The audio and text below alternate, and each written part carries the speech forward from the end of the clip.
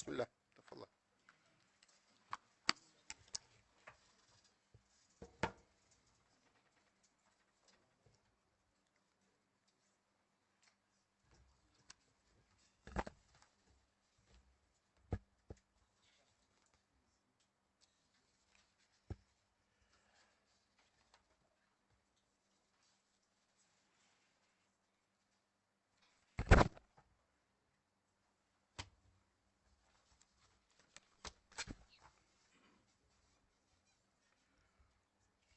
بسم الله الرحمن الرحيم.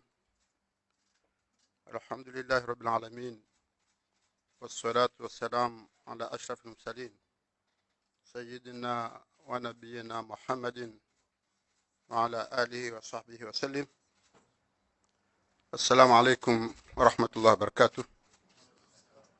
Comoriennes, Comoriens, mes chers compatriotes, il y a 10 jours, le 6 mars dernier, je me suis adressé à vous à la suite de la confirmation par les autorités chinoises de l'épidémie du Covid-19 et de la déclaration par l'OMS de l'urgence de santé publique de portée internationale.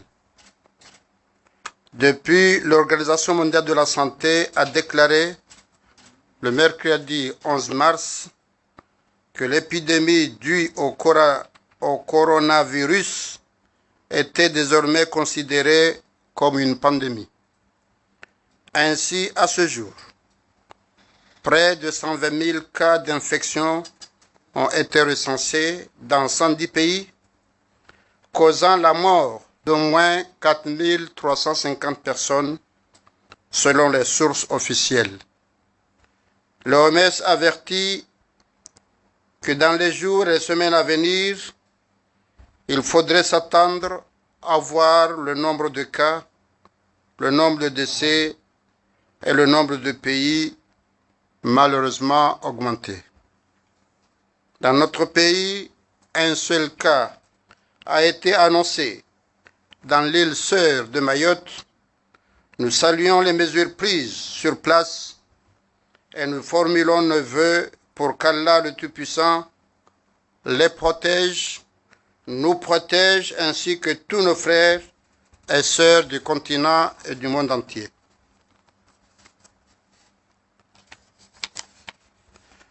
Nous avons donc l'impérieux devoir de comprendre la dynamique de cette épidémie, de l'expliquer à nos compatriotes, d'anticiper sur ces évolutions possibles et de mettre en place des actions pour prévenir et limiter la transmission de ce virus dans notre pays et dans le reste du monde.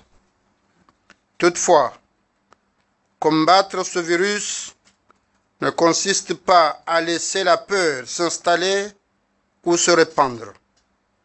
Nous avons eu les prémices du chaos que pourrait créer une panique en la circonstance lorsque la rumeur a été annoncée d'un cas suspect les jours derniers.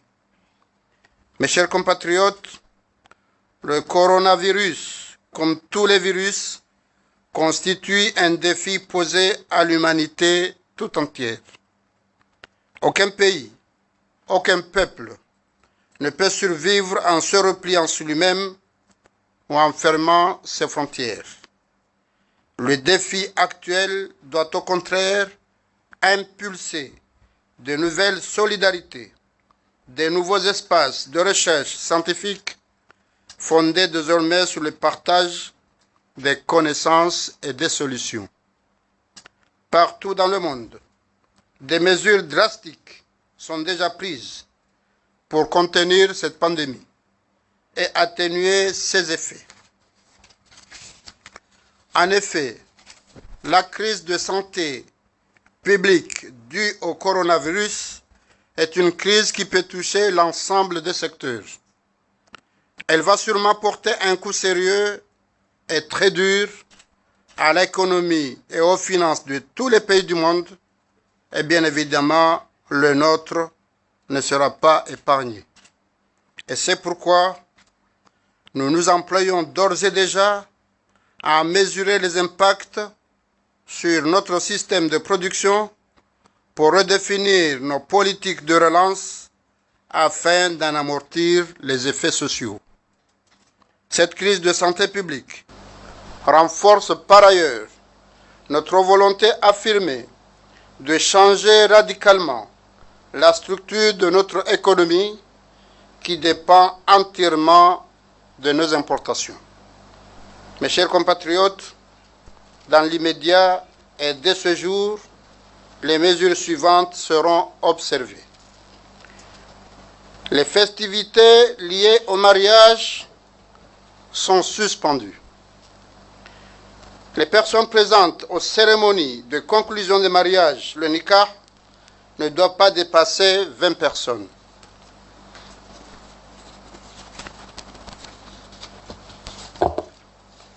Les funérailles seront strictement réservées aux membres de la famille et aux habitants des villages concernés. Les commémorations annuelles sont suspendues. Les autres rassemblements, les campagnes électorales, les meetings, les concerts, les animations et autres fêtes sont interdits jusqu'à nouvel ordre. Les mesures de quarantaine restent en vigueur et seront renforcées pour tous les voyageurs en provenance des pays touchés par la pandémie et considérés comme pays à risque. D'autres mesures seront prises progressivement dans d'autres domaines et vous seront communiquées ultérieurement selon la propagation de l'épidémie. Enfin, il est mis en place un comité scientifique pour conduire la prévention et la lutte contre le coronavirus. Les chefs de village, les maires, les préfets, les cadis veilleront à l'application de ces mesures et seront épaulés en cas de besoin par les forces de l'ordre et de sécurité. Toutefois, c'est l'action et le comportement de toutes et tous, ensemble, hommes et femmes, jeunes ou moins jeunes, en tant que citoyennes ou citoyens, qui constituent la vraie et la meilleure protection. Il faut donc nous protéger. En nous protégeant, nous protégeons les autres. Le ministère de la Santé a mis à votre disposition 2 kits d'information sur les mesures de protection essentielles contre ce nouveau coronavirus. Si aujourd'hui, la plupart des personnes infectées guérissent, d'autres manifestent des formes encore plus graves. Les mesures à observer, c'est entre autres se laver fréquemment les mains avec une solution hydroalcoolique ou à l'eau ou au savon. Éviter les contacts proches, notamment avec les personnes qui toussent, éternuent ou ont de la fièvre. Éviter de se serrer la main, de se toucher le visage, les yeux, le nez et la bouche et respecter les règles d'hygiène respiratoire. C'est de cette façon qu'on arrivera à stopper la propagation des virus et autres agents pathogènes. Le ministère de la Santé et les chefs des districts sanitaires disposent des informations les plus récentes sur la propagation ou non du Covid-19 dans la région ou le village. Tenez-vous-en informés. Aux Comoriens de la diaspora, notamment des pays touchés par la pandémie, je leur demande de rester à l'écoute des autorités et d'observer et respecter les mesures prises dans leur lieu de résidence.